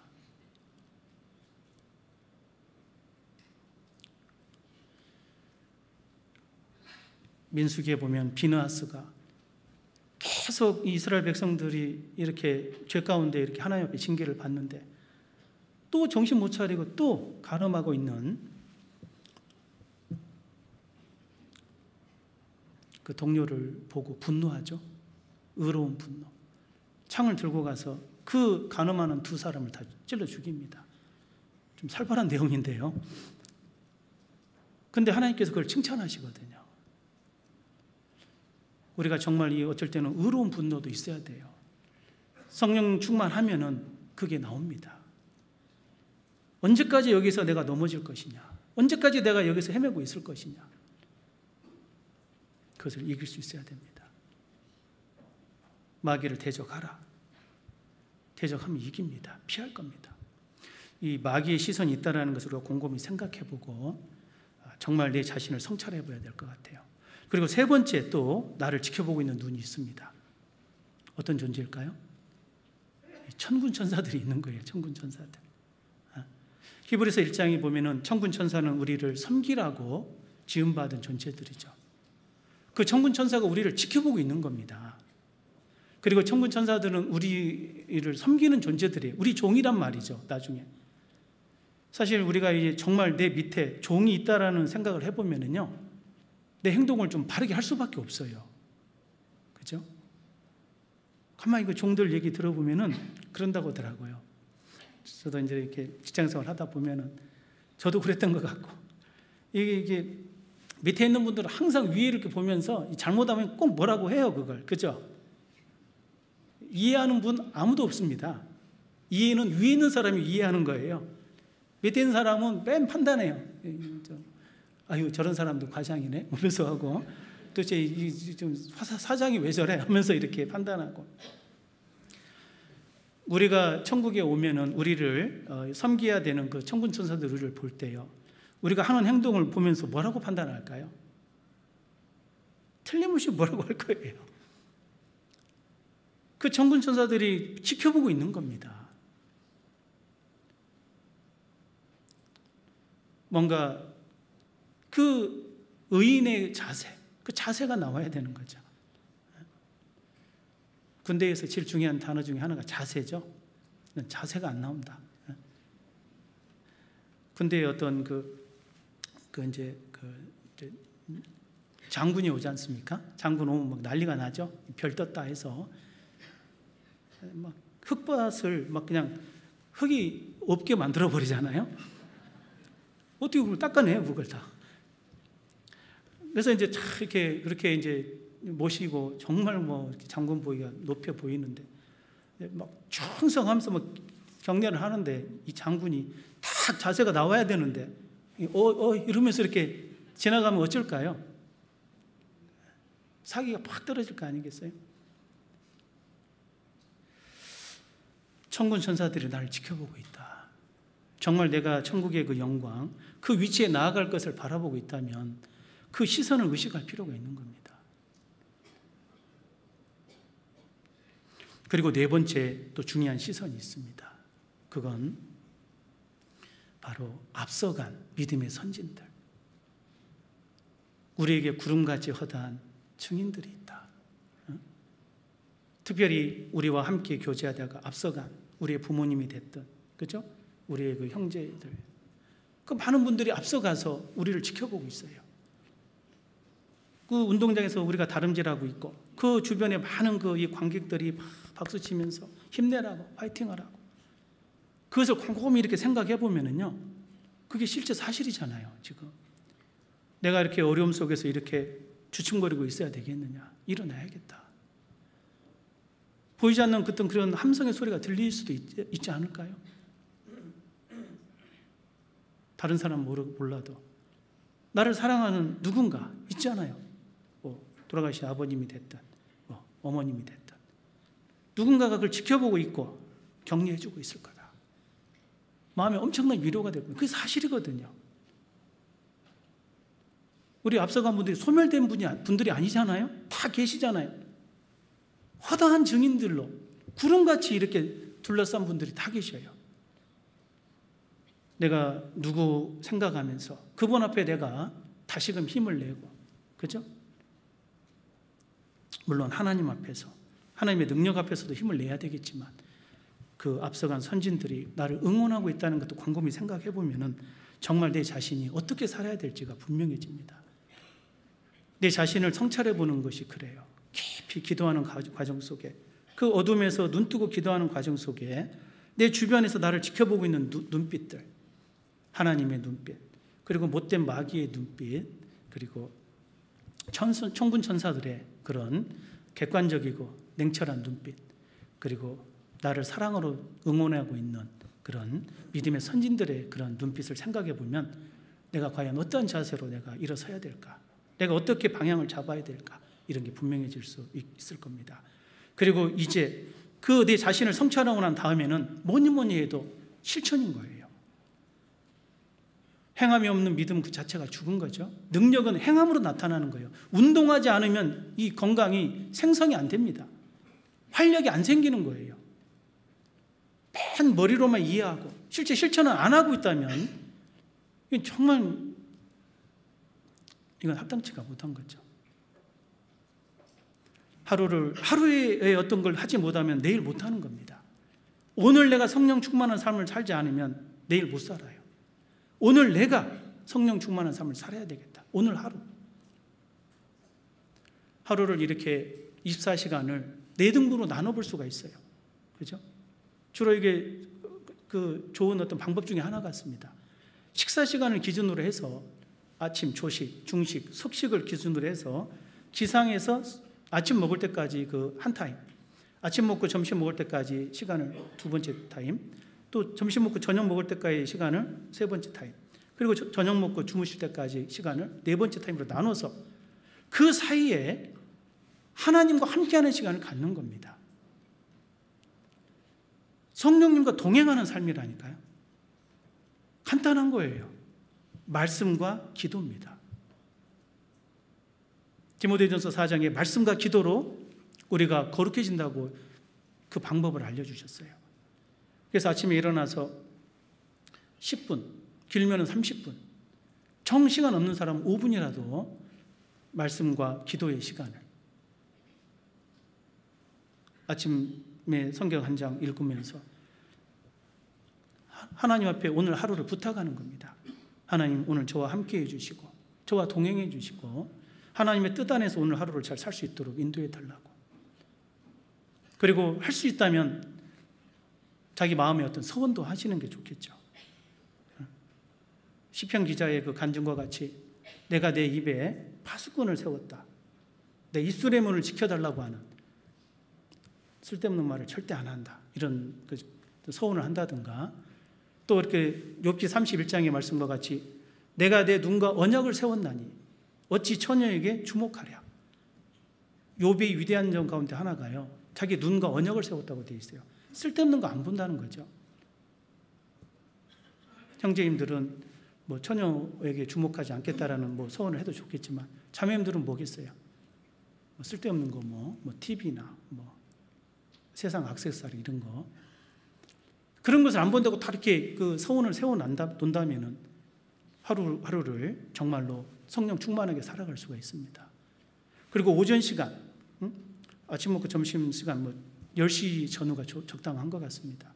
그 10시쯤 되면은 5분에서 10분 정도 구체적으로 딱 이렇게 그 말씀과 기도하는 시간을 갖고, 회사에서도 어떤 화장실 같은 데가 좋잖아요. 그죠? 화장실은 나만의 공간이지 않습니까? 거기서 이렇게 딱 말씀 한 장 보고 또 기도하는 거예요. 그럼 오전에 있었던 일들을 하나님과 이렇게 고백하고 대화하고, 그러면서 이렇게 오전을 보내면은 그 짧은 시간이 엄청나게 은혜가 됩니다. 또 오후 시간에도 그 3시 정도 해서 3시나 4시 사이에 뭔가 5분에서 10분 정도 시간을 갖는 거예요. 그래서 말씀과 기도의 시간을 꼭 가지면 그 순간에 하나님 앞에 아뢰고 싶은 거, 아까 7가지 그런 성령님의 특징 속에서 궁금한 거, 능력을 달라는 거, 많은 이런 것들을 이렇게 은혜를 받을 수가 있을 겁니다. 그리고 저녁 시간에는 이제 9시부터 10시 사이, 교제 없는 날은 그때가 이제 골든타임이라고 하잖아요. 그 시간에 뭔가 30분에서 1시간 정도 충분히 말씀 보고 기도하고, 그렇게 하면은요, 하루에 4타임에 걸쳐서 적당한 시간에 걸쳐서 이렇게 밥을 먹듯이 말씀과 기도의 삶이 이어지면은 저녁에 주무실 때 하루가 굉장히 주님과 동행한 듯한 느낌을 갖게 되는 거죠. 기도할 때 굉장히 기도가 이렇게 자연스러워져요. 막 아무 생각 없이 살다가 저녁에 기도하려면 이상하지 않습니까? 잘 기도도 안 되고. 그런데 그렇게 동행하는 가운데서 기도를 하게 되면 마음이 쭉 이렇게 평강이 찾아오고 더 좋아지는 걸 경험하게 됩니다. 그리고 말씀과 기도의 생활이 항상 유지되면서, 그리고 내 삶을 점검해 볼 때 정말 내가 힘써야 될 것이 하나 있잖아요. 말씀, 기도, 그리고 교제와 전도라는 게 있어요. 이 세상에서 내가 추구해야 될 것은 영혼이라는 그 주제 외에는 가치가 없는 겁니다. 우리가 이 세상 떠나갈 때 가져가는 건 아무것도 없잖아요. 내 지식, 내 뭐 재산, 심지어 내 자식들까지 다 놓고 가야 돼요. 내 사랑하는 그 배우자까지도, 내 몸뚱아리까지 놓고 갑니다. 가져가는 거 다 영혼밖에 없어요. 영혼, 구령의 열정. 내가 영혼을 사랑하고 영혼을 추구하고 영혼을 구원하는 그 일이 진정한 가치가 있다는 걸 알고 그걸 추구해 가는 거죠. 그 영혼의 존재가 크게 3가지가 있지 않습니까? 뭐니 해도 첫 번째는 내 영혼이에요. 내 영혼. 내 영혼이 잘 돼야죠. 내 영혼이 잘됨 같이. 내 영혼이 잘되면 첫 번째 내 영혼을 항상 점검해야 될 거고, 두 번째는 전도하는 영혼. 내가 누구를 전도하면 그 영혼을 내가 데려갈 수 있는 겁니다. 불의의 제물로 친구를 사귀라. 그래야만 없어질 때에 영원한 처소로 너희를 영접하리라. 전도하는 영혼이 두 번째 있고, 그리고 또 하나는 사귀는 우리 형제자매들, 사귀는 영혼들이 있어요. 요한일서 1장의 말씀과 같이 우리가 보고 들은 바를 너희에게도 전하면 너희로 우리와 사귐이 있게 하려 함이니 우리의 사귐은 아버지와 그 아들 예수 그리스도와 함께함이라. 내가 비록 전도는 안 했지만 우리 형제자매들은 다 천국 가면은 내 영광이 될 분들이에요. 내가 그분을 도와주고 세워주는 모든 그런 내 수고가 내게 갚아지는 거죠. 이 소자에게 냉수한 거라 대접한 것도 결단코 그 상을 잃지 아니하리라. 그래서 내 영혼을 온전케 하고 또 우리 전도를 통해서 영혼을 건지고 그리고 우리 형제자매를 세워주는 바로 그 영혼에 대한 그 분명한 가치를 우리가 점검하고 그걸 향해서 나아가야 됩니다. 갈라디아서 5장을 보겠습니다.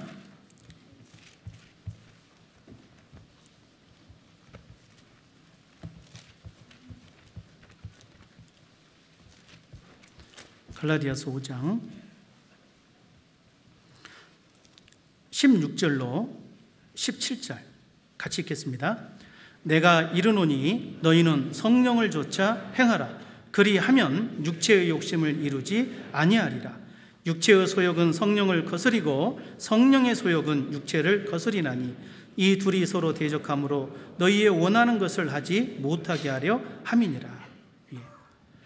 우리가 육체의 일을 하지 않고 이 죄를 짓지 않고 정말로 귀중한 것을 하는 것이 뭐냐? 그 방법은 다른 게 없습니다.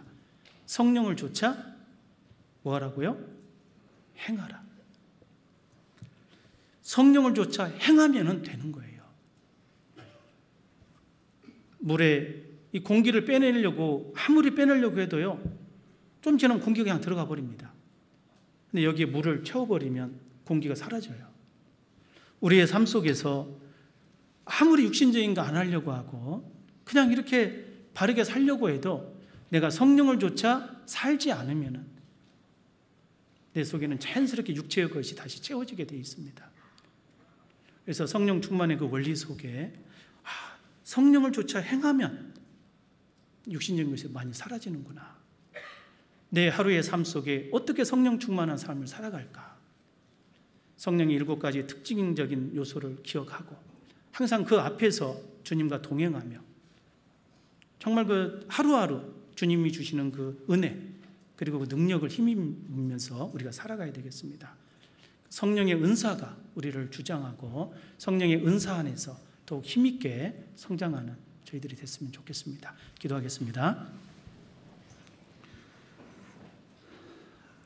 저희를 사랑하시는 거룩하신 아버지 하나님 감사합니다. 저희를 구원하여 주시고 또 주의 자녀 삼아 주시며 또 하나님의 사람으로 온전케 하시는 귀한 은혜 진심으로 감사합니다. 저희 가운데 함께해 주시고 또 우리 각 사람을 성령 충만한 사람으로 또 하나님의 사람으로 더욱 온전케 해주시니 진심으로 감사합니다. 저희가 더욱더 성령님의 그 뜻과 또 동행하는 법을 우리의 삶 속에 실천하고 참으로 주님이 주시는 그 은혜 속에 성령의 은사로 우리에게 남겨진 이 귀한 삶을 바르게 살아갈 수 있기를 진심으로 원합니다. 저희를 더욱더 영화롭게 해주시고 거룩하게 해주시고 참으로 주님을 영화롭게 하는 그 삶을 온전히 살아갈 수 있도록 인도해 주옵소서. 모든 것 자비하신 주 성령님의 은혜와 그 인도의 손길에 부탁드리며 저희를 사랑하시는 예수님 이름 받들어 감사하며 기도드리옵나이다. 아멘.